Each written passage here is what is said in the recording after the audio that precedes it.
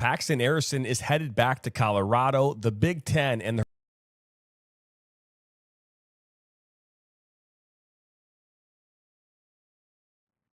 Paxton Harrison is headed back to Colorado. The Big Ten and the Horizon League released their preseason polls, and the Pittsburgh Riverhounds are expanding Highmark Stadium. All that and more coming up right now on Inside the Game.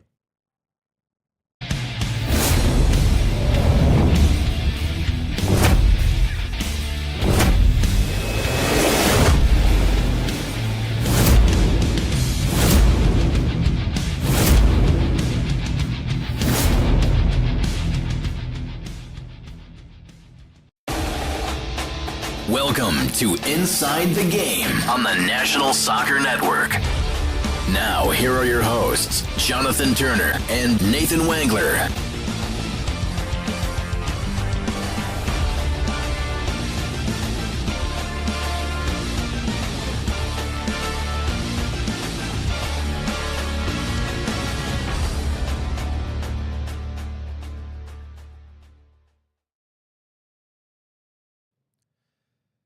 Well, good morning and happy Thursday morning. It is Inside the Game number 141. It's Thursday, as we said. I'm Jonathan Turner alongside Nathan Wengler. A great show here on tap for you today. And Nathan, man, first off, I got to say this. Happy birthday. Oh, hey, thank you. Thank you very much. Yep, first time being 29, so we'll see how this goes. It was actually, I think, a family member of mine that came and asked yesterday if it was my first time being 29, and I was like, yep, it is. He goes, cool, I just celebrated my 33rd, 29th birthday, so that's kind of how I'm celebrating it from now on. This is the age where I'm no longer telling anybody how old I am anymore, so don't ask any more birthdays beyond this. Don't worry about it. I'm on the doorstep of 30.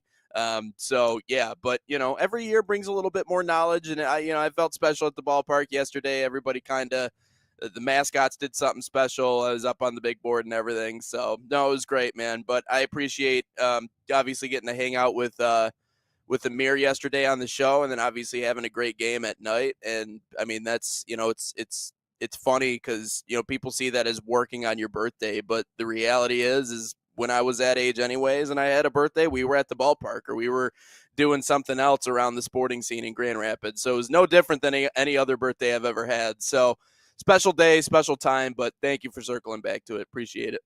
Of course. We're also joined here in studio today with Ryan Glinsky, our producer. And Ryan, good morning to you. Good morning to you guys. Nate, happy belated birthday. Man. Yeah, should be a fun, exciting episode. Got some great topics to talk about, so I'm ready for this action-packed show.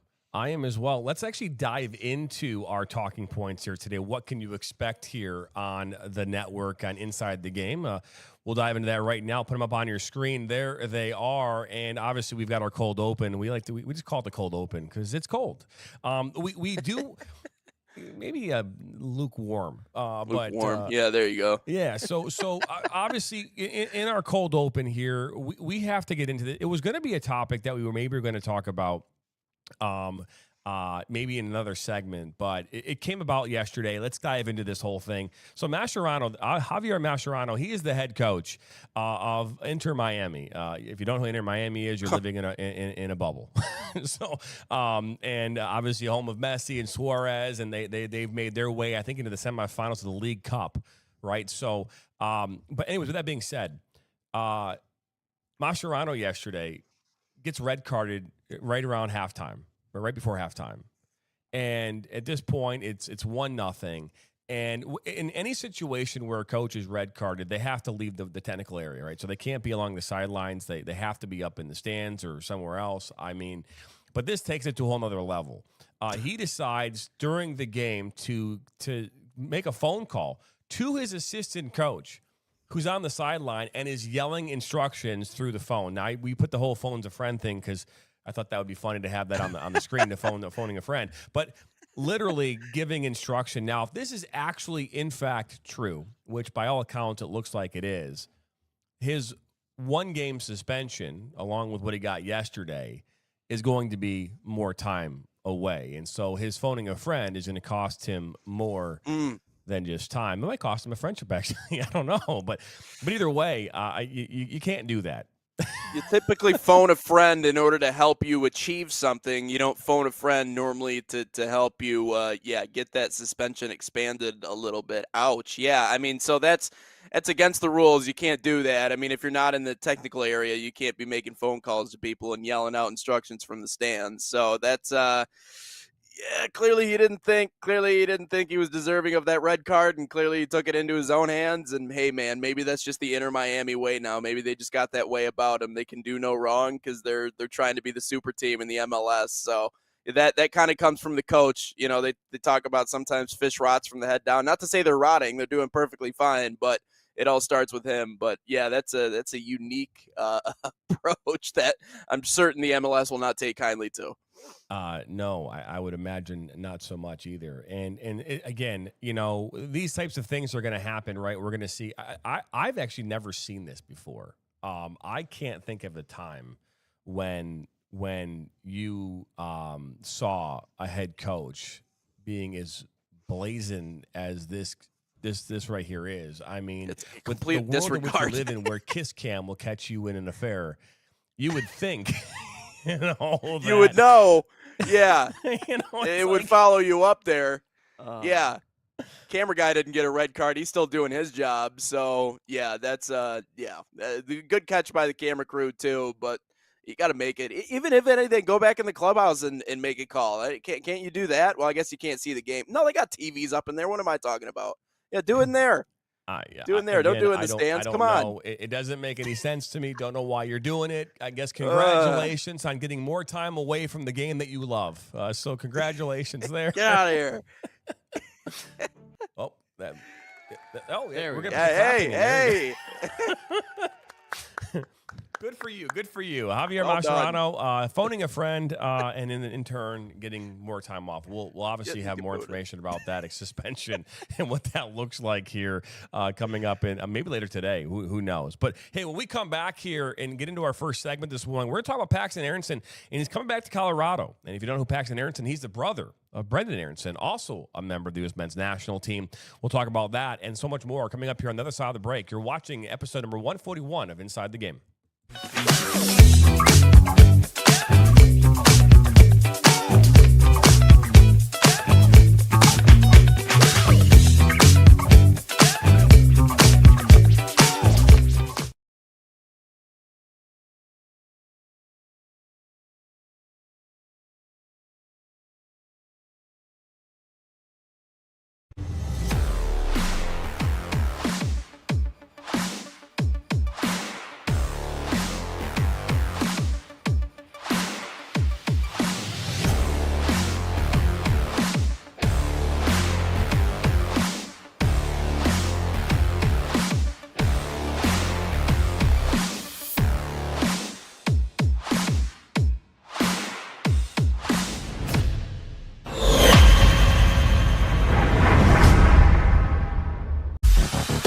Flint City Bucks are Michigan's top soccer franchise with 4 national championships, 9 conference titles, and 15 Great Lakes Division titles. They have produced 107 players for Major League Soccer, and they focus on attracting top talent and shaping soccer's future. Michigan Bucks Academy joins NLS Next new competition tier starting in September of 2025. This offers elevated levels of play and flexibility for high school participation. The Academy will provide premier development, high-performance training, and exposure to scouts through regional tournaments and MLS Next events. For more information on tryouts, training programs, and key updates as we prepare for our first season in MLS Next new tier, visit MichiganBucksAcademy.com.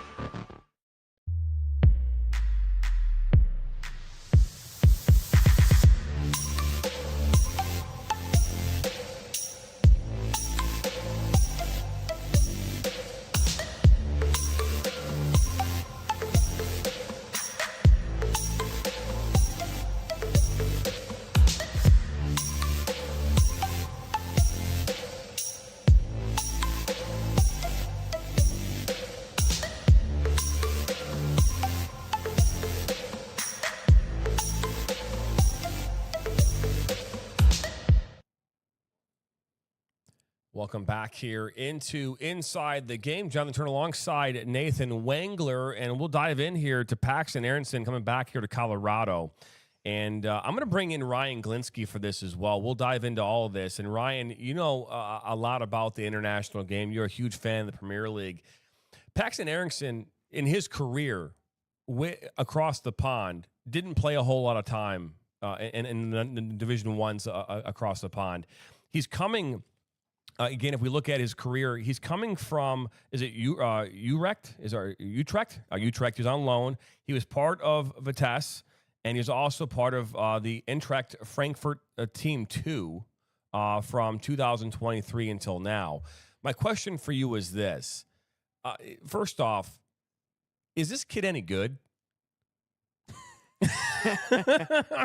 I would say from a U.S. standpoint, he's decent. I think he would be a bench player for the U.S. men's national team come, the World Cup or anything like that. But in the grand scheme of things, probably not. So he started in the Philadelphia Union, made a £4 million move to Frankfurt. Then he had a couple loan spells. His best was when he was in the Netherlands. I think Utrecht is what he said, in the Eredivisie. Yep. And then after that, just kind of, Frankfurt's a good team. That's a tough team to break into, especially as an American. That's a very tough one to break through, but he gave it a shot, and but other than that, he's coming back to the Colorado Rapids for $7 million. So Frankfurt did make money on this deal. They made a net worth of $3 million plus added to their bank account. So they made money off him, so they're happy. Aronson finally going to get some playing time here in the MLS, so he's happy as well. We'll take a look here at Paxton Aronson on your screen. Again, Paxton, he made in total in his career for Frankfurt, I think at 11 appearances in total. 254 minutes, I believe, is the actual amount. 274 minutes. And he went, again, to Vitesse and Utrecht in Holland, netting 8 goals and 4 assists last season. And again, you look here, he played in the Gold Cup this summer. He had 2 appearances, though, and played a total of 11 minutes. I think that in itself tells you all you need to know. Hey, he's the brother of Brendan Aronson. All right, and so, again, we know where Brendan's at. We know how high caliber Brendan's going to be. Brendan Aronson is probably, I would imagine, if you think about the overall lineup of what we're going to see, and I think we should be doing our mock lineups here in the coming days and weeks for the U.S. men's national team when it comes to the World Cup. And so we're going to do that here live on the air, probably an entire show. I think would be fun to do that. But with that being said, Brendan Aronson is probably a sure-win starter for this team in 2026, right? I mean, obviously injuries, things like that, right? Things can happen. Players can come out of nowhere. Is this brother even in the conversation of being a backup player in the 20-man roster come World Cup time here in less than a year? No, I think that's the argument. Like, maybe it's a last-ditch attempt for him to get onto the national team. I don't think that's top of mind as to why he's coming back to Colorado. I think that there may be some discussions as to why he might be one of those last options. But when you talk about on the bubble players, I think Paxton Aronson certainly fits into that conversation. There's a lot of, and it's fascinating to me because when you look at the Reddit trends, and again, you got to be careful when you dive too deep into those because you're just going to get some of the most wild responses, and they're not the most qualified individuals in the world. But what's amazing to me is you see a majority of the U.S. men's national team fan base who actually just doesn't really like this move. They're like, well, Europe's great for developing. Why wouldn't you stay over there? Why wouldn't you stay training with those players? But I think something that we're forgetting in all this, and again, I'm just kind of approaching this from the human element because I do think it's interesting to talk about. I don't think he wanted to be on loan for another year. I mean, that would have potentially put him in a third different country for a third year for Paxton Aronson. And the other thing that I think that we need to keep in mind is, he wasn't a star. I mean, his role on Frankfurt clearly wasn't crucial. He wasn't getting starting minutes anywhere. So he's riding the bench for a lot of different European clubs. And, so that would be really hard for someone who also, let's keep in mind, guys, he's only 21 years old. Like, all of this to be said, he's only 21. So there's still a lot of runway for him to develop and continue to get better and everything. And I mean, clearly he showed enough promise to where he could be on those squads, and he had a decent season on loan. But that's a hard life to continue to be on loan and go from place to place. He was kind of a journeyman, and to be a journeyman at 21 years old is not something that at least I would want to be in my professional career. But at least from my perspective, and again, this is just me, and I don't know how you feel about this, JT, from where you are. Europe is exceptional for development. We've seen that, right? That's been a big part of the American player taking a step forward and really integrating themselves into the world of soccer, is developing through these European leagues. I mean, we've seen a number of them, in an increasing number of them, going overseas. That was something we talked about in a previous episode. But, you know, I hate this mentality that, quote, they're giving up on their dreams if they come back to Major League Soccer. Now, going back to Europe is something that generally doesn't happen for a second time. You see a lot of these players, especially former USMNT players. Think about the Colorado Rapids. I mean, they had someone like Tim Howard. They've had different players who have been on that team. They generally don't go back to Europe. But at just 21 years old, this idea that because he's taken his money, he's coming back to Colorado to be a part of the MLS, that somehow he's giving up on what a bright future may be.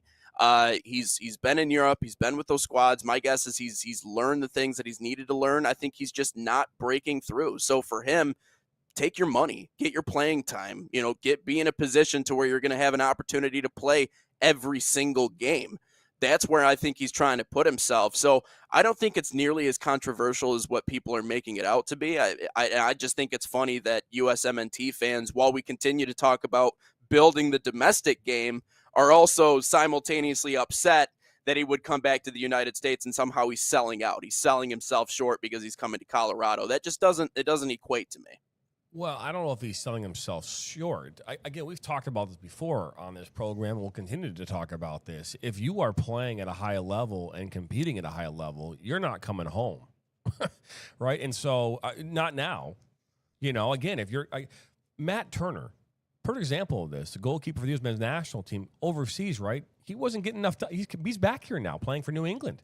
Yeah. And so there are going to be players who make decisions, and we talk about this with Lexi Lalas, and I've talked about it with Luis Robles, former MLS goalkeeper, and he's like, hey, players want to play. And while going over there, you might absolutely get, the training and the challenging environments, but if you're not actually starting and getting minutes and playing consistently day in and day out at a high level, you've got to do something. And so I don't blame him for coming back. He'll play. He'll immediately start on this team because, again, we talk about this. If you're over there, you are going to become one of the best players on your team. And again, I don't know if that's going to be he's going to be the best player, but he'll be one of the best players. So he should start on this roster immediately. Colorado currently sits 7th in the MLS Western Conference, so this will help them also possibly get a boost, right? And possibly, move up, and get themselves into a better spot for playoffs, right? And that would be better for them. And so I do think this is the right move for him. There's also, if you're not at 19, 20, 21 years old, if you're not competing in a starting lineup or like number 14th on the depth chart, 15th, getting in consistently in Division I across the pond, it's not going to happen at 25. I mean, tell me if I'm wrong. I mean, if you're not getting it at 21, it's not going to happen at 25. I think Frankfurt viewed him as a prospect. I do. I don't think, like I said, he's been. And for whatever reason. Not in the timeline that they thought it would, at least. And I'll give you that. That's. And you look at the season he had in the Netherlands last year. I don't agree with this sentiment that he was struggling to find his footing in Europe. I mean, at just 21 years old, like the kid's just blooming. Like he's just getting to the part of his career. He's not into his prime yet. He's still physically developing, which I know is a big thing. He was getting decent minutes and he was making a contribution, and he brought the team to a top 5 finish in the league. Ulrich, or the team that he was on transfer with. I mean, like, he was a significant part of that. So this idea that somehow he's struggling to find his footing, I don't think necessarily holds any weight. If anything, I think this should be an exciting prospect for American fans, because at a point in his career where things could start to turn, and again, Frankfurt did view him as a prospect, at least from everything that I've been seeing, he's coming to Major League Soccer. This isn't a tired, worn out old USMNT player who's been over there for a million matches, who's finally like, all right, I need a break. I'm going to come play in Major League Soccer. It's kind of the opposite of that. I mean, he's coming at the point of his career where things are maybe actually going up as opposed to the other way around. So yeah, I don't agree with that sentiment that he was somehow lost or spinning in the wind in Europe. I don't agree with that. I'll say this. This is what I think this move is. What's next summer? The World Cup. This is Yeah. and you've seen transfers year after year, whether it's like for the Euros are coming up next summer or the World Cup's coming up next summer. Players will either not make the move because they want the playing time, they want the confidence, they want their international managers to see this. And Aronson is not going to be getting playing time with Frankfurt. You might get 3 or 4 games throughout the year. He comes over to the MLS. Pochettino, can see him play week in, week out. He gets his confidence up, gets his touches in consistently, and is consistently playing. That's what I think this move is simply because the World Cup's next year. Aronson goes, I want some consistent playing time before that so I can get picked, play in front of my nation because the World Cup's in America. That's what this move's about. Yeah. Yeah, I couldn't agree more. Again, if you are trying to get yourself into this lineup, you got to play. And there's an argument about, okay, well, if you're not playing, and you're still a really good player, you're going to make your way in. I mean, you could have that argument. But again, a player like him, I don't know if I would consider him a fringe player. You know what I mean? You say fringe, right? And so a fringe player is anyone who's in the 18, right? 17. Right, because those are you have your 11, and then you have your 5 or 6 potential substitutes, right? And again, Pochettino, we could sit here all day long. He has a clear idea of what his 11 is going to look like here in a year. I mean, most coaches do. It's like you have a clear idea. What your issue is now, you probably know who your top 7 are, top 8 are. The next 3 or 4 players are these bubble players, these fringe players on the starting lineups. And then you have, so 12 through like 17 or 18. Who's in that bubble? Because those players are going to come off the bench in the 60th minute, the 70th minute, the 80th minute to bring a game home or to help, insert some energy and some, whatever you want to call it into a game. And then you have your next fringe, which is at 18, 19 through 25. Remember, you can name 25, I believe, is the roster, but it can only dress, I believe, 18. I think in the World Cup. I don't know the specifics. Most leagues are like 20 you can dress, and then you can only bring in 5 subs, right? And so I believe you can dress 18 in a World Cup. And one of those is the goalkeeper. And so a backup goalkeeper. And so again, maybe it's 20. I know that, I think UPSL you can dress 20. You can dress 20 in the WPSL, USL League 2. I think you can dress 20. But you name 25 and you have 7 players who will never, make their way, into maybe the lineups per se. But they'll be there for practicing purposes. But, where is he at in this? Is he in the top 18 players in the United States who will compete for a chance? So this will ultimately give him that opportunity, Nathan and Ryan, to do what Ryan just said, which is to get yourself in a position to be seen on a regular basis here in the United States. And I don't think I discount what he did over there. He didn't do much over there. You talk about all the players playing right now across the pond. He's probably a small blip. Yeah. You talk about it. He played 33 games last year in Division II. And he scored 8 goals. In 33. That's actually not bad, right? You think about that. 33 goals, 33 games, 8 goals. It's not terrible, right? So, but again, he's here for a reason, and we'll see how that kind of shapes up. I think the other thing that we didn't talk about him a lot, he's a brother of Brendan Aronson. His brother's obviously a better player. Well, you can't say better. That's the wrong word. Comparably. Older. You can say, though, he is performing better. Yeah. Right? With the opportunities that he's been given, he is excelling, and we haven't seen that same thing from Paxton. Will we see a shift? Time will tell. But again, that's big move for Aronson coming back home to Colorado, playing here in the United States, playing the MLS. He should have an immediate impact to help the Colorado Rapids, who are currently sitting 7th in the Western Conference. Maybe give them a bump and maybe help them in a playoff run. If he can do that, then that will be a huge thing for the Colorado as well. Coming up next here, We'll dive into the Big Ten and the Horizon League as they announced their preseason polls. Who is the number one pick in both of those to win their leagues? We'll tell you that and more on the other side of this break. Experience the thrill of the game like never before with NSN's Game Rewind. Dive into full match commentaries enhanced with cutting-edge dynamic graphics, letting you relive the highs and lows of your favorite matches in astonishing detail. Whether it's a championship win or a legendary play, NSN Game Rewind bridges the past and future with a broadcast experience designed to captivate. Call 586-304-4405 and start watching today.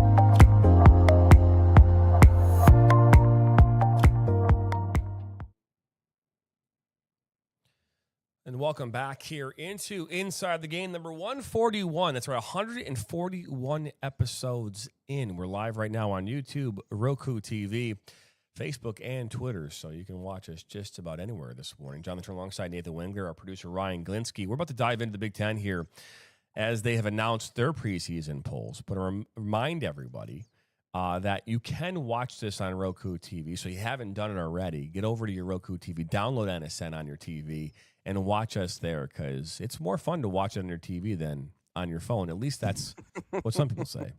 Yeah. That's true or not, I don't know.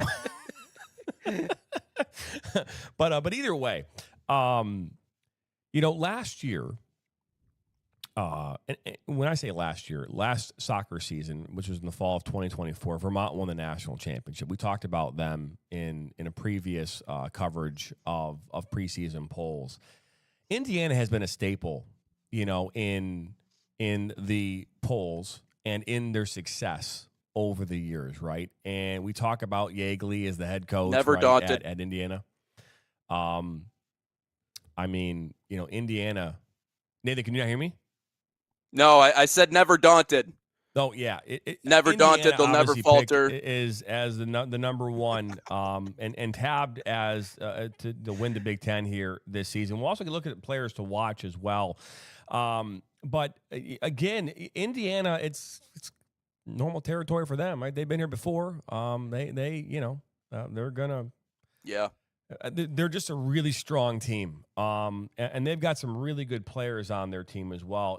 Indiana last year fell out in the quarterfinals. They lost to Denver, who made their way to a Final Four, the semifinals, where they ultimately lost to Vermont in a penalty shootout. When then we know what happened with Vermont. So Indiana has a tremendous history in men's soccer, in college soccer, and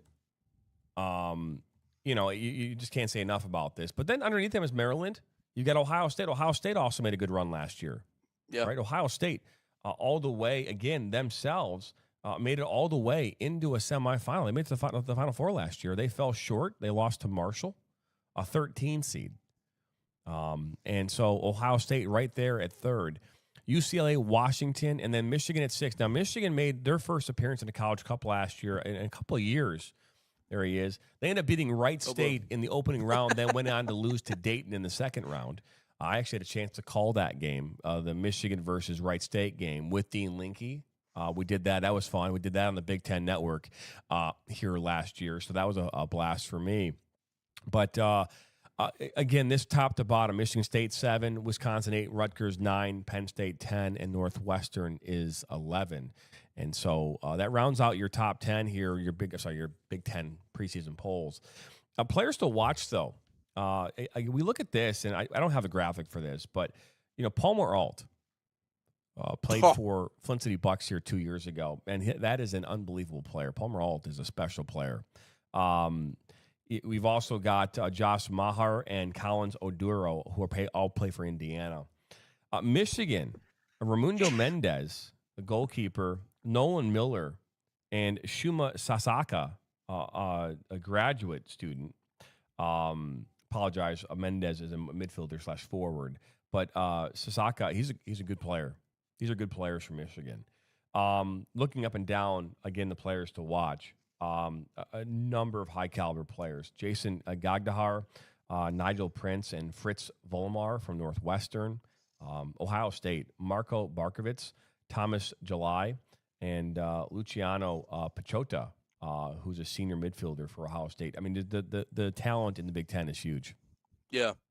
Well, I got 2 shout-outs. Number 1, Salvatore Donato, our guy over at Rochester Adams. We got to cover a little bit last year. Best of luck going to play for Ohio State. I will never cheer for your team, but I'll cheer for your individual success. That is something that I will do. I love my guys from Michigan. You'll always get a vote from me if you're from the Mitten State. The other shout-out I want to give, Ryan Glinsky. He's been making some absolute bangers, some videos for our social media that have done really well. But I got one question for you, Ryan. You did your list of the top college soccer programs in the United States, and you didn't include Indiana in the list. What the hell are we doing? What are we doing? Come on, they got to be somewhere in that top 10. And the reason being is, JT, and I'm going to bring it back to one person that you mentioned, Palmer Alt is back. He was a part of that super draft in the MLS, second-round selection this year in that super draft. 54 points in his career in Indiana, 21 goals, 12 assists. The senior is coming back to college after being selected in that draft to play another season with Indiana. We know what their resume is, right? But the biggest thing when you talk about a team emerging from a conference, especially like the Big Ten, is you have to have your headliner and your headliners. I mean, they have a few different players. Collins Oduro, who's a really strong player. He's just a junior. Josh Maurer, who is just a sophomore defender, but he's already someone who's put the Big Ten on notice, so he's someone that can hold down that back line and a very experienced back line for Indiana. But if you get your headliner back, right, I look at this in the way of, players maybe bypassing going to whatever professional league it is. You could say the NFL, you could say any other top league to come back to college. If you get the headliner, if you get the guy to come back, I understand that the postseason last year was a disappointment for Indiana. That's something that they can certainly overturn. But getting Palmer Alt back, Flint City's own, and someone who was arguably the best player in the Big Ten last year, makes all the difference in the world for an Indiana team who, again, has made a reputation of being one of those top teams. I'm messing with you, by the way, Ryan. Great video. Anyways, also another team that I really like, though, on that list, and I know we saw what Ohio State did last year. I think there's a very real chance that OSU can be back in the conversation again this season. I like UCLA, JT. I understand that, last year they were only 7-6-6, 3-4-3 in conference play. They did make the NCAA tournament, but they were kind of one of those bubble teams. They were kind of on the edge, was UCLA. But 13 conference championships in the Pac-12. They won the Pac-12 title in 2023. Their move to the Big Ten has not been nearly as successful, but this is the team that has a lot of returners. And again, you talked about some of the names on that watch list that you were just mentioning. Drew Brown, a graduate defender for that team, a lot of experience, someone that has been great in that spot. Sophomore midfielder Tamir Radovitz, who has been unbelievable. Again, that's one of those names. I apologize if I'm not pronouncing that correctly. They have a young midfield, but a talented midfield. Also, sophomore forward Sergi Solans Ormo, not to mention some of the transfers that they've gotten. So that was an extremely young team a season ago that now might be starting to find its footing, and that's why you see them getting that top 4 selection. They were dominant in the Pac-12, but you talked about how deep the Big Ten is. That sometimes leads to disappointing results, but it also leads to that team just having to grow into the conference they're in. I think I know we were doing sleepers, and I know you picked NC State for the ACC. I think UCLA could be a team that could very well emerge from the Big Ten this year. But I think Indiana's still far and away, especially with returning Palmer Alt. Yeah, look out for the Hoosiers. I know the entire fight song, by the way, because I'm a dork. So You should sing it. Never daunted, we'll never falter through the battle. We're tried and true. Indiana, Indiana, Indiana, we're all for you. IU. There you go. That was wonderful, Nate. That's That was wonderful. the Where's the clapping? abbreviated Where's the version. clapping? Thank you. Which one? Yeah, there we go. Yes. Yeah, go Hoosiers. Who's your daddy? Yeah, Nate. Bam. Woo! Hoosiers. So, Indiana has won 8 national championships in their history. Their last one was back in 2012. And so they're ranked nationally number 11. They had 6, I believe, first place votes in that national poll. They are always in the conversation. You know, every year when you start talking about who's going to win a national championship, Indiana's always in the conversation, very much like for the last couple 15 years. Ohio State, Alabama are in that conversation, right? And in football, the same thing is true with Indiana. They're always in that conversation. On the women's side, it's obviously North Carolina, right? North Carolina's always in that conversation because they've won so many national championships over the years. Todd Yeagley's in his 13th season. This is a team that made it all the way last year to a quarterfinal and fell short to Denver, who went on and fell short in the semifinals. So, yes, I mean, Indiana is a team that is to be reckoned with, and based on everything we know about Indiana, they are the gold standard in soccer in the Big Ten. And so, yes. But what the thing I think is really important is that when it comes down to the Big Ten championship, right, the tournament, all right, I don't know how many teams make. I think it's 6. I think it's 6 teams. Again, I don't know. I'm going to have Ryan look it up real quick. It's either 6 or 8. And so, you know, obviously if you're the first or second seed, you're going to get a bye, typically, right? And then they Top 7. Top 7. So top 7 will go. So yeah, that first seed will get a bye. So number 1 seed gets a bye, and then anything can happen. We saw it last year with the women's side, North Carolina, right? They were actually finished 4th in the league. Ended up losing in the championship game, right? And then won the national title. You don't have to win the Big Ten championship to become a national champion, but it gives you a great stepping stone, especially if you're a team like maybe the middle of the pack here. Because again, 7 teams are going to go, and how many teams in the Big Ten men's are actually going to make their way into the College Cup, right? Reserved for the top 32 teams in this country. And typically, your conferences like Big Ten will get 3 or 4 teams. You get the ACC will get a handful of teams, right? Your Big East, again, mid-majors, Horizon gets 1, right? Missouri Valley is going to get 1. It's going to be the winner, right? And so you think about that. Well, how is that outlier, like a UCLA? Well, how do they get in? Well, they get in because of their name. Let's be honest. They're going to get in because of their name, and they're 4th. And they finished 4th in the Big Ten. They will get into the College Cup. The question becomes, Michigan, Michigan State, you know, the teams like Rutgers, those teams, how do they make their way into the College Cup? Well, they have to go win the Big Ten tournament. Yeah. Because they're not going to be that. I mean, again, they're, you know, and I think Shaka See did that a in great basketball. job. Yeah. Huh? For sure. You see that in basketball, teams getting in because their namesake. And I mean, that's, you know, it is what it is. Yeah, it's a part of it. But so Indiana's assuring they could finish 7th in the damn Big Ten. They're still going to the damn College Cup. I mean, like, you know, they're going to, I mean, maybe that's an extreme, but I mean, they're going to get in just because of who they are. And so I think it's important, you know, to say that. But we're going to slide over now and talk Horizon League because, well, I mean, we have two preseason polls that came out yesterday. We're going to dive into that right now. Green Bay edges out Oakland, but narrowly in their picks here. You see there, 86 votes for Oakland, 87 for Green Bay. Remember, Oakland won the league title last year, falling short in the semifinals to the eventual winner in Wright State. Actually, it was Robert Morris that won it last year, I think. Robert Morris, not Wright State. Robert Morris won the whole thing in the Big Ten, in the Horizon League, went on and lost to Michigan in Ann Arbor. But Robert Morris right there below them. Cleveland State is in 4th. Purdue Fort Wayne in 5th. Milwaukee 6th. Wright State 7th. IU Indy is 8. Detroit Mercy 9. And Northern Kentucky there at the bottom. And, again, Green Bay just narrowly makes their way into the number 1 spot here. Not by much, but enough is enough, right? 1 point gets you there. In the whole scheme of things, again, I believe, 4 teams in the Horizon League make their way into actually, I think it's actually maybe it's 7. Again, Ryan, you're gonna have to tell me. I don't know this is good to know Give me though. a second. It's good to know what the host doesn't know. Hurry up. How many makes make it in? It could be 6. It could be 7. I know there's a quarterfinal. I know that typically the 1st and 2 seed get the first round bye, and so maybe it's 8 teams. All right. What I will say though is, and I'll wait for the round of round of applause button, little elevator music. Looks like 6.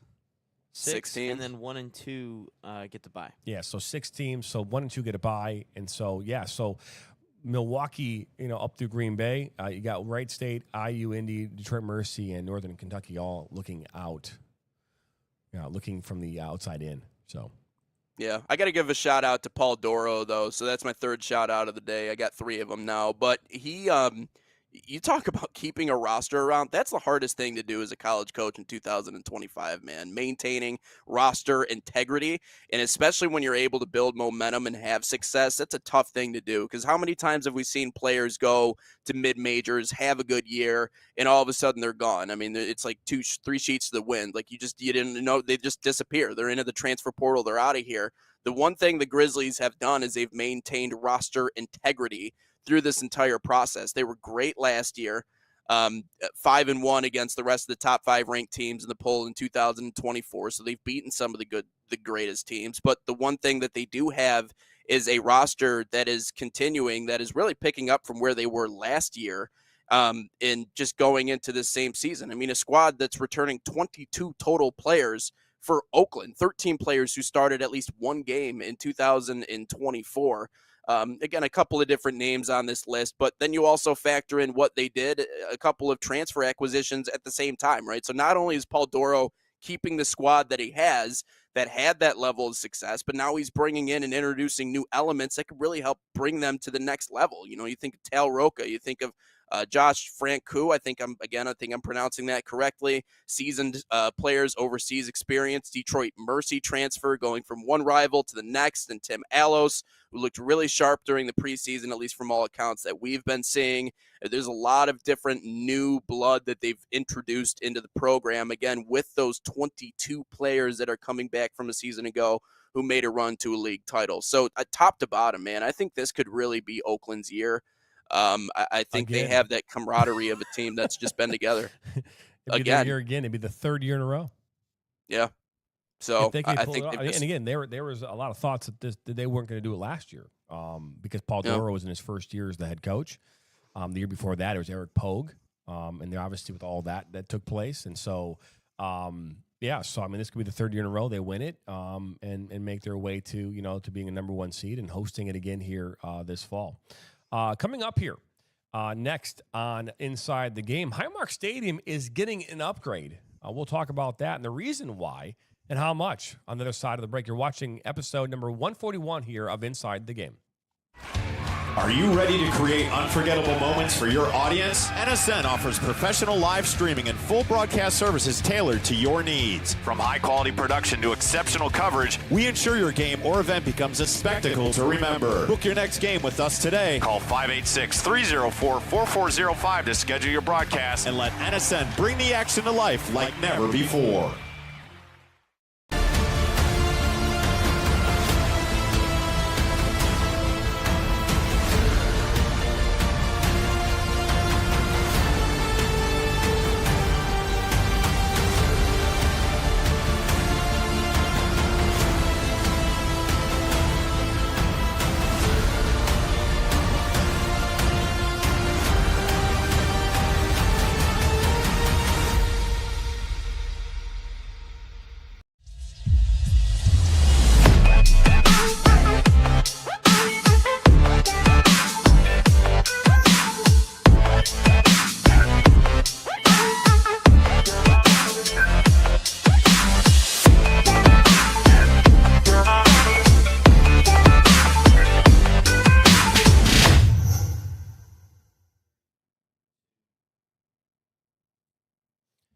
Welcome back here into our Shelby Township studios here in Metro Detroit, Grand Rapids. Nathan Wengler. I'm Jonathan Turner. Ryan Glinsky, our producer here this morning. And again, we're going to talk here about how Highmark Stadium is getting an upgrade. And we talked about this in regards to Detroit City FC here just last week, talking about this brand new stadium that they are in fact getting, seats 15,000. All of a sudden, Pittsburgh getting a stadium upgrade to go from their 6,000 to 15,000 seats. And why are they doing that, you may ask? Well, there's a reason. The reason is that Highmark Stadium, if you want to be considered a Division I program, club in the United States, you have to have a seating capacity of 15,000 seats in your home stadium. And so this is in direct response to the USL here announcing that in 2028, they're going to have a new Division I league. And Pittsburgh Riverhounds, Detroit City FC are making it known that they are preparing to be Division I teams here in the United States so they can participate in that league. And if you notice, both of these stadiums have room for growth. If you looked at the Detroit City FC renderings here last week and look at this one, there is some opportunity for both stadiums to take on even more capacity, because I think the MLS's requirements is around 20 to 23,000 is their capacity. So my first question is this is for you, Nathan, is this in fact exciting news for USL Championship and obviously the Division I, and teams like Pittsburgh who have sold out I think 70% of their games this season, and in a lot of cases have exceeded their capacity because of standing room only. Is this good for soccer? I think it's creating an arms race. I think that's what's kind of going on. And I think when one organization makes a move or a big move to have big renovations like we saw with Detroit City FC, I think that kind of puts the pressure on other programs to be able to step up their game. Listen, I am a fan of stadiums that are built to the community that surrounds them, right? And if you have a community that can come out and can fill it out, and Pittsburgh is one of them, then you're building a stadium that caters to that community because of obviously how large the population is, its location, it's in a prime spot, it's right on the river there. That's something that I was very complimentary of when we came on for our broadcast that we did that was at that stadium, because I do think it's one of the things that Pittsburgh just has that not everybody has, is that big old river running through the middle of it. That's why I think PNC Park, at least when we talk about Major League Baseball, is the prettiest park in all of Major League Baseball, and I really hope that I can go to see it someday. So for Pittsburgh specifically, I'm gonna say yes. I do think it is great. I think it's good that they're stepping up, that they're building more, that they're going to get more people into the stands. Any way to listen. And I said this yesterday with Amir Bektis, who joined us on episode 140. If you build it, they'll come. Especially in a place like Pittsburgh, especially in a place like Detroit. I mean, you saw the reception to the post we put up on social media. I mean, there's a lot of people that are very excited about not only a bigger stadium, but the fact that the club itself is going to own it. It's not owned by the city. It's not owned by the state. It's owned by the club itself. So I do think it is obviously, I mean, we talked about some of the inherent issues when it comes to, and I know that we're coming up on our question of the day, so it'll be interesting to chat about that. But there is definitely an arms race going on in soccer right now. Is it good? I think it's good because it's going to bring more people out, but it's also, again, you have to buy your way into that position. There's not every soccer organization in the world, not every soccer team in the world or community is going to be able to support something like that. So it's good for their community. It's good for Pittsburgh soccer. There's certainly a group that has proven that they can fill it out, that they can populate that place. I don't think they'll have any problem with that. I feel the same exact way about Detroit City FC. But is it good for soccer? I don't know if there's a clear-cut yes or no to that question. I think there's a little bit of a gray area. It just proves again that if you want to move up a level, it's not how you play. This isn't like Europe. You can't win your way into higher levels. You have to buy your way there because there's a seating capacity for the stadium, because there's other things that you have to check off the list. I mean, it's much like in college. If you want to go from Division II to Division I, I mean, why do you think Grand Valley State out here in Metro Grand Rapids doesn't want to go Division I? Well, they don't want to have to pay for all the facility upgrades. They don't want to have to pay for all this other stuff that would make them viable to be a Division I program, because we see what happens to mid-majors who are there, but they can't really, get the funding or anything else like that. It ends up burying them. So good, bad, I don't know, in the middle on it a little bit, but certainly exciting for Pittsburgh. I'll put it that way. No, I would agree with that sentiment. I do caution the fact that we are we've talked about this a lot about the money component of all of this, and how expensive soccer is, and how for most teams in this country they're not making any money. They're losing money. Yeah. And so my biggest concern is that here you are, you're investing $125 million, $200 million, right? You're investing this money, and let's be honest. I mean, you can say $125 million, but I don't think there's ever been a project in the history of mankind that involves construction that comes in under budget. So $125 million might be the number, but it's probably more like $200 million, right? So, the deadlines will never be hit, right? Anyway, so with that being said, is it worth it? And obviously, when I look at Detroit City FC in the USL Championship, I know that when we were going there for $10 a seat, that if they wanted to maintain and sustain themselves, they were going to have to, one, raise their ticket prices, and two, they're going to have to get more seats. Yeah. I mean, again, if you're packing everybody in and you're selling this thing out and you're bringing in $70,000 a game, 7,000 fans times $10 a ticket on average, bringing in $70,000 a game. You host 20 games a season. That's a significant money coming in. But if you just say the same 7,000 come in, you charge them 20, right? You can only go so far at Keyworth Stadium, right? Because people aren't going to come there for $40 when it's a glorified high school stadium. That's what it is. Right. And so you go to, this brand new stadium that's $150 million and it's got 15,000 seats and it's, it's new and it's clean and it's fresh. You can charge $80, $100 for a seat. And what do? You immediately inject more cash into your business. The question becomes, will they be able to sustain it? That's something that I think is the most important question that we need to ask. Is it, in fact, sustainable? And I guess time will tell. I am worried because teams across this country who are playing professional have a hard time maintaining profitability.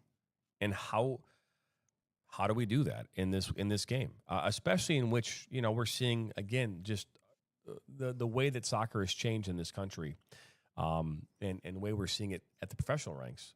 I have some concerns about that, but I think it's exciting for Pittsburgh. I think it's exciting for the league. Again, they're doing this for a purpose. They are trying to get to that League One status, that Division One status, when this new league launches in 28, and that is exactly why they're doing it. And it's perfect.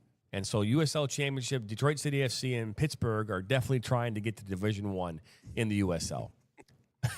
So it is clear as day. It is obvious. It is out there. That's what they're trying to do. If tomorrow they changed it to 15,100, we'd see them go add 100 more seats. So that's what they're doing, and it's great. It's great stuff. But coming up here, we'll have our question of the day, and it's going to be a good one. So don't go anywhere on Inside the Game. Question of the day coming up here next.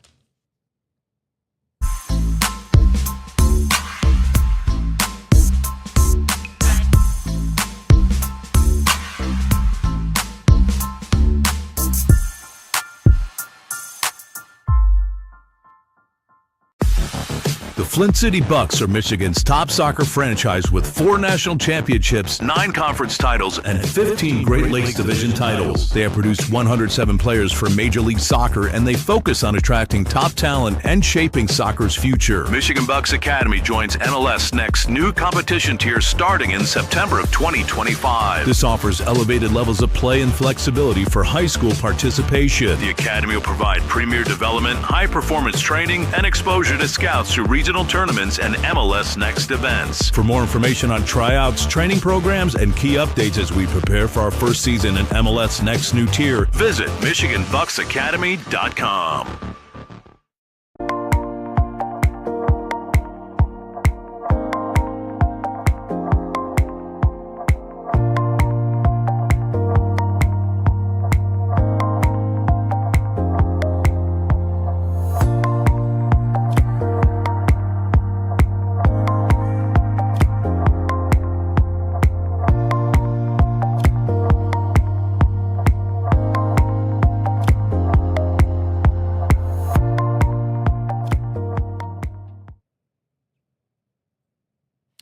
Welcome back here into Inside the Game here on this Thursday morning. Got a great show lineup here tomorrow as well. We'll have 2 guests here tomorrow morning on the show. We'll have Mark Elliott who will join me here tomorrow. We'll dive into what that's all about. I don't want to really go into any more detail. We'll also have Josh Taylor, Director of Communications for NISA, join us here tomorrow on the air. There's some breaking news that'll be announced here later this morning, right at lunchtime, and we'll bring it to you live here on the National Soccer Network, so we'll keep you updated about that. But that's really exciting stuff involving NISA, and, well, if we're talking about breaking news for NISA, maybe it involves us too, but we'll let you know at noon. You can check that out right here on all of our platforms. So, but question of the day. This is a good one, and it comes back to, and I think this all sparked yesterday as a result of what was going on with Paxton and what was in regards to Alexi Lalas. It came up. Someone was talking about how they believe that the MLS is inferior because of this. Well, yeah, but before we do that, we do have to put in a little bit of a sponsor. Salt is the official sponsor of NSN and Question of the Day. Make sure you use NSN15 as your promo code to save 15%. Scan that QR code or visit saltathletic.com today. But as long as I get this one correct, question of the day. Oh. Hold on, real quick, though. This is Salt right here. This is it. I'm going to get it on camera, okay? You're like, what is it? Well, for those people out there who have those stinky cleats, you know, you go out, you run around on the turf, it gets rained on, it's sweat, whatever it might be. This here is the Salt cleat bag. They have this patent like snap that closes in and locks in the smell. It locks in the stink. All right. Now we're gonna start to test this thing out to see really how this thing does. I want to put some things in here that maybe aren't alive anymore to see how much this thing actually protects this thing, okay? So we're going to test this out on social media. But, hey, guess what? Great news is this. If you go to saltathletic.com and you type in the promo code at checkout, NSN15, you will save 15% off this bag. That's upwards of, I believe, almost close to $10 on this bag. So it's normally $60, I believe, and so you're going to save some good money on this. So, and that's because of our relationship with them, and you guys get to save some money. So check out the bag. They also have a goalkeeper glove bag, too, and as a former goalkeeper, I can tell you that my parents wanted to be nowhere near me after a soccer game because of my gloves. And so just like a hockey environment, right? The hockey environment is pretty terrible, right? With all those pads and all that stuff. Same thing is true with goalkeeper gloves. So check out saltathletic.com. And coming soon, we'll actually have giveaways that we can send your way as part of this process. So a really exciting partnership with them. And we'll hopefully have Joaquin here join us in the future. But yeah, let's get into our question of the day. We'll put it on your screen. Yeah, question of the day. Is the MLS an inferior product because of promotion and relegation? I'm going to start with this one, Nathan. I don't think it's anything to do with pro or rel. Now, if we're talking about as important here, domestically, no. Mm-hmm. MLS is the superior product in the United States. Okay, there's not another league that is better than the MLS right now. You can talk about pro rel all day long, and that means jack shit when it comes to like the quality of soccer in this country. The MLS right now is it. It's the gold standard, okay? Now, if we're talking about the world, then yes, the MLS is an inferior product, and it has nothing to do with pro rel. Has nothing to do with it. So if you think that it has some, no, it doesn't. We can talk about the USL Championship all day long and how great that is, and now they're going to offer Pro Rel and USL Division One, blah blah, whatever.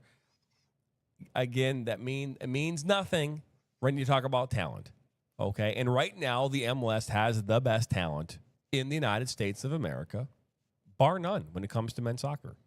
Period. And if you want to sit here and tell me that because the Midwest Premier League has Pro Rel in the Gateway Conference, that somehow they're a better league, you are out of your mind, and you need to go be looked at. And that's okay. It's okay. You know, it's fine. Go get that checked because it doesn't make them better.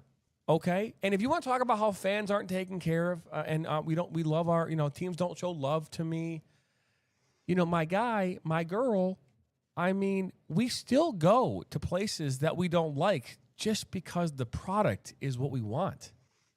I mean, I don't live on this hill or this mountain where if someone does something that I don't like, I stop buying their products. I don't do that, Nathan. I mean, I don't. I mean, I know a lot of people do. They're like, well, no, but I really do like Chick-fil-A. It's like, I really do like Jersey Mike's when I could eat it. But, it's like, I don't get in. I don't subscribe to that nonsense. If I like a product, I'm going to buy it.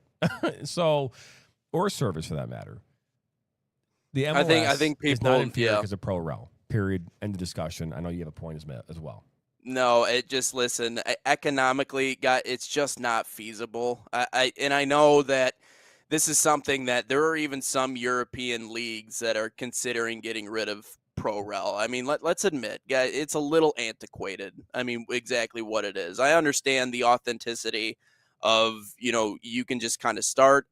You think of the story of Detroit City FC, right? About how it was just a couple guys, soccer field, they had a dream, they built something, and now seeing what it's blossoming into in them trying to get into Division One in a brand new 15,000 seat stadium, which is in a gorgeous part of town in Corktown. I've seen major renovations, people moving in, gentrification, the whole thing. It's awesome to see, and it may seem discouraging for people that, oh man, they can't get into the top league though. No matter how good they do, they're never going to be able to climb into that top league. Listen, in the United States with where we are, and specifically when it comes down to the mandates of, again, seating and everything else that you need to have when it comes to Major League Soccer, economically, we're not set up for that to ever succeed. I mean, you think of someone like Inter Miami, right? So let's take like Detroit City FC, for example, or, another team that might be in that Division One or, even a lower league that ends up winning their way into MLS, right? Like, let's just take this hypothetical. They have pro rel, they're into the league. Okay, so you have Inter Miami that's flying around on charter flights. You have, all of their meals are taken care of. They have the top trainers. They have the top facilities. They have everything else along those lines. Meanwhile, whatever team's coming up from Division One or the USL Championship, they're taking Greyhound buses across the country. They can't necessarily afford this accommodation or that accommodation, or they're not set up for this. It creates this mess. It would be an unfiltered mess if they tried to implement pro rel in the U.S. It just simply doesn't work, and a lot of that comes down to geographics, guys. I mean, this is the biggest part about the conversation. Like, you can fit the entirety of the UK or England into what, Michigan? I mean, I think Texas is 4 times the size. Like, there's a lot of that stuff that I don't think we take into consideration when we talk about pro rel. Now, again, does it take away from the authenticity of the game? We've talked about our frustrations of how there's not really a clear-cut soccer pyramid in the United States like we think we know. But then again, if you talk to any of the heads of these leagues, they're going to tell you, no, well, we have the best players outside of MLS. No one really knows. So where MLS is an inferior product, to your point, JT, and I know that sometimes we've butted heads on this before, but I'm going to agree with the sentiment that they're not an inferior product because of pro rel. That's not really going to change a lot in the U.S. The best talent is in the MLS. Their issue is that if anybody's any good and they have an opportunity to get transferred overseas, they're going to take that opportunity. That's why the MLS is, quote, the inferior product. Now, we see, obviously, trends going in a different direction. We see players coming here who were very good in Europe, who could still be very productive in Europe. I'm thinking of who the LAFC player is that just transferred over here for a record deal. But, obviously, Messi's still productive. We're seeing a little bit of that year after year, and I think it's slowly moving that direction. But just saying that the MLS right? isn't where yeah. But just to say that the MLS isn't on the level it needs to be because there's no pro rel, it's just not feasible. It's not the way the league is set up, and it's set up like a lot of the other American leagues. And I think that's what hits people the wrong way, is it's set up like an NBA, like an MLB, like any of those other closed off leagues that you can't just get into it, So I just don't think it's feasible. I mean, I understand, the authenticity of, you want to start a team and make it all the way to the top league. And there's a lot of, good, warm feelings about that. I just don't think, I don't think that's what makes it an inferior league. I think the level of overall talent compared to the Bundesliga, Serie A, Premier League, Champions League, that's what makes it an inferior league. Not the fact that the Pittsburgh Riverhounds can't make their way into the MLS. I couldn't agree with you more. Just by the way, just happening here just a moment ago. If you didn't know, our main company, our parent company, Premier Media Group, which happens to be involved, obviously, in the National Soccer Network. We just received our contract extension from Division I Oakland University. It will run through 2026. So we get another year of broadcasting their broadcasts on ESPN Plus. They're 80-plus broadcasts a year. So that's literally in my email box as we were doing this. So, hey, great show. I love the new look and feel to what we're doing here. I think what we're doing as far as our new layout, our new segments, everything, I think it's going to start to flow. Obviously, I know we are over by a little bit, but that's, that we'll work on that.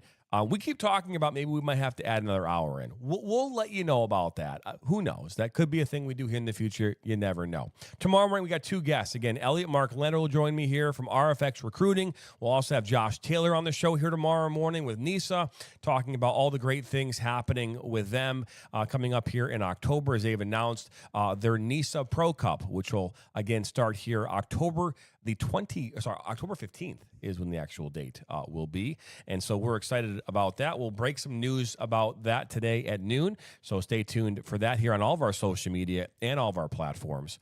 And tomorrow morning back here doing this all over again at 9 a.m. here, same time, same place. Again, all of our sponsors are down below, so give them some love. Let them know that you love what you're watching here and being a part of it. And everywhere you see down below there, opportunity to save some money. I've got new sponsors coming here. We've signed 3 contracts just in the last week alone, and so we'll have those on the screen coming up here very shortly. And we're really excited. But anyways, hey, 141 is in the books. That's Nathan Wangler, Ryan Glinsky. I'm Jonathan Turner. Be back here tomorrow morning, same time, same place, right here on Inside the Game.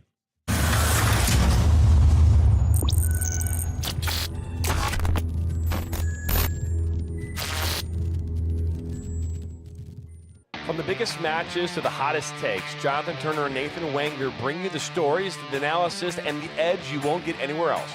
Streaming live weekdays at 9 a.m. on YouTube, Roku TV, Facebook, Twitter, and all major platforms. No filters, no fluff, just real talk, real soccer. This is Inside the Game.